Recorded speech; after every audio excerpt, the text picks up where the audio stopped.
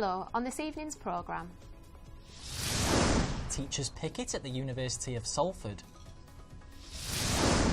As England celebrates St George's Day, one political party is calling for it to be made a bank holiday. In Salford and Manchester, we've been doing this race for 48 years now. Salford University's rowing and rugby teams take on their city rivals. And I review the massive Marvel movie, Avengers: Age of Ultron.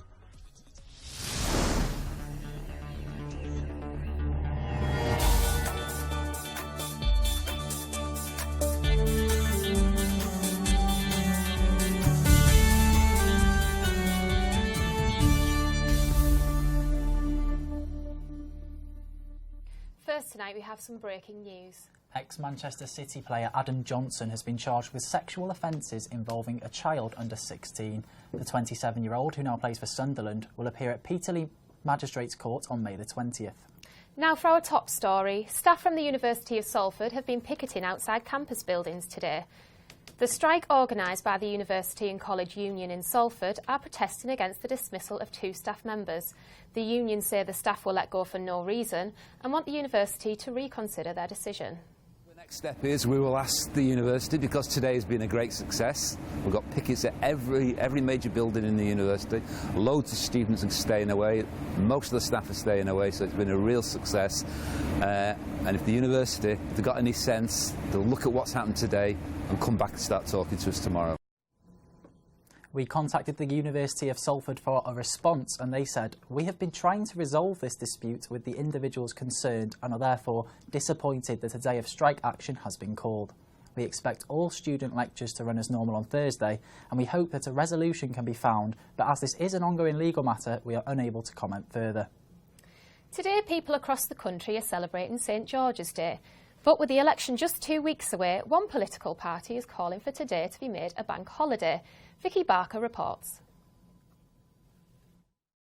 Final adjustments for St George's Day celebrations later on. These dragon puppets may be stationary now, but soon they'll be on the move. Here at 7 Miles Out Art Centre in Stockport, they're preparing for a busy weekend. It's the start of the Stockport Old Town Folk Festival, which lasts until Sunday, and we're running all sorts of different activities, so folk music, traditional dancing, we've got country dancing with local schools, we've got an event called Foodie Friday on in the evening, which is street food. I think celebrating St George's Day is really important. I think part of what we're trying to do with the Folk Festival is reclaim it to a certain extent. With the festival bigger than previous years, it truly is the talk of the town. People here are working hard to make sure St George's Day is special, but one political party are taking this a step further by calling for St George's Day to be made a national bank holiday, and even including that in their manifesto. Stephen Morris is the North West chairman of the English Democrats. As well as pledging to make St George's Day a bank holiday, they believe it should be celebrated more. The reason it's not been celebrated is because certain groups have gave it bad undertones, and where we've seen this rise in English identity now, where over 60% of people put English identity down as their first and only choice in the census, we're now seeing a rise in where people want to celebrate St George's Day. The party believe that making St George's Day a bank holiday would be a chance to celebrate modern England. It's not about just being an English person, it's about being part of England. The same as it works in Ireland and Scotland and Wales, they're not ashamed to celebrate their national days. St Patrick's Day celebrations in Manchester. Each March, this celebration draws impressive crowds. Back in Stockport, they're expecting similar scenes over the next 4 days, and so the debate to make today a bank holiday marches on. Vicky Barker, Keys TV News. Metrolink are taking steps to improve passenger security. A super squad of police and security officers will now be patrolling trams and buses. They'll be wearing body cameras in a major crackdown on criminals and troublemakers. The Travel Safe unit is the first full-time dedicated force to be assigned to trams in Greater Manchester.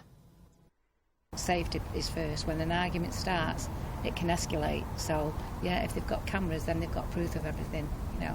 I think it's a good thing. Or affects me in any shape or form as a law-abiding citizen. So I'm in favour of them. In this day and age, there's cameras everywhere anyway. That's true. So if you've got nothing to hide, don't worry about it. Yeah. I mean, the thing is, they might have a preventative role as well. So I'd feel a bit more secure, I think. You may not associate dementia with young people, but a 13-year-old from Salford deals with the disease almost every day. Libby Colvert helps to take care of her grandma, who was diagnosed with Alzheimer's 18 months ago.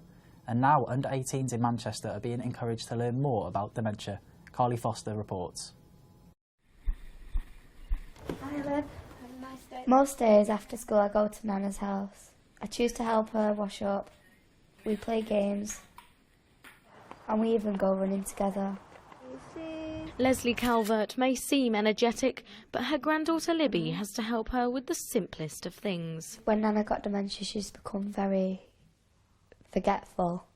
I have to remind my Nana to put a patch on or have a medication. It's frustrating for you as well because, say, my Nana upsets me by saying something.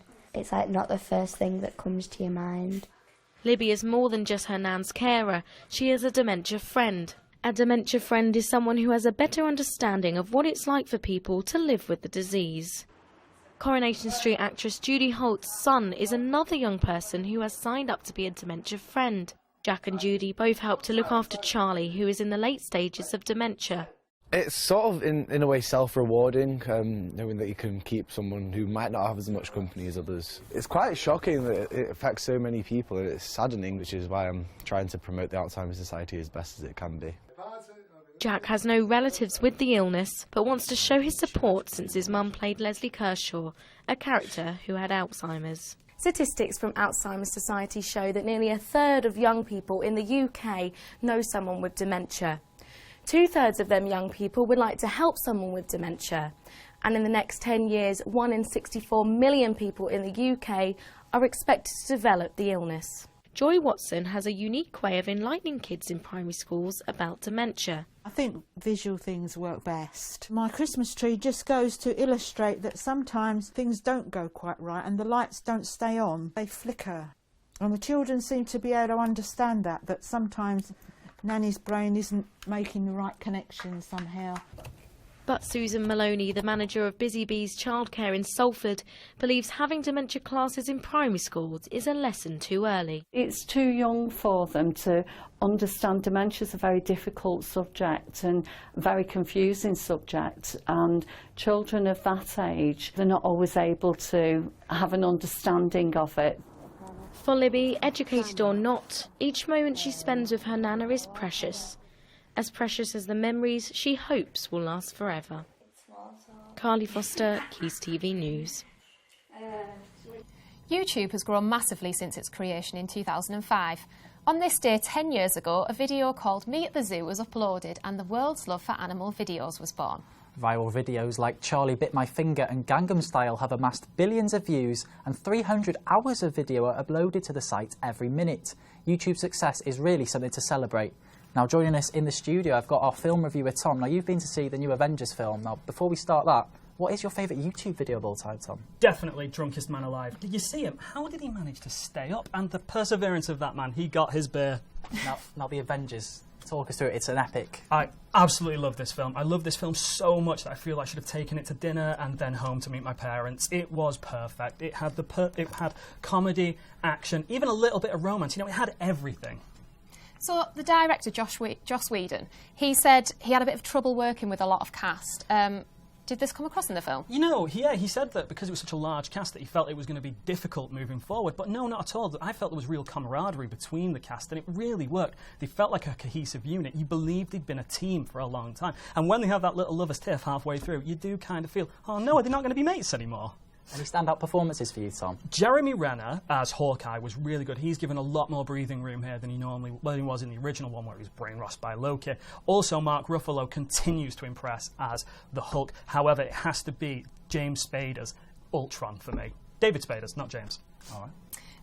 What was your favourite scene? My favourite scene was Hulk versus Iron Man. It was absolutely incredible. Really good action, really funny. But best of all, for me, we saw them being superheroes. They saved people. It wasn't like, let's smash the city like in the end of Man of Steel. You know, you felt there was tension because, oh no, civilians in peril. I'll save you. You know, stuff like that. It was, you know, it was really good and just really brought home to me why Marvel are making some of the best films in the comic sort of genre right now. Would you recommend it? I would recommend this film. If I gave stars, I'd give it every star in the night sky. That's how much I loved it. Right, well, thank you very much for joining us, Tom. Now, Scarlett Johansson, she wears a lot of leather in this film, obviously, and she looks quite sexy. Someone else that looks sexy wearing leather is our sport presenter, Ben. Well, she certainly inspires me. And in sport, it's women that are also being inspired. The Rio Ferdinand Foundation are setting up a new weekly female football session here at Media City. An official coach from the FA will teach a range of training classes aimed at beginners. The idea is already attracting interest from a number of nearby companies, including the BBC.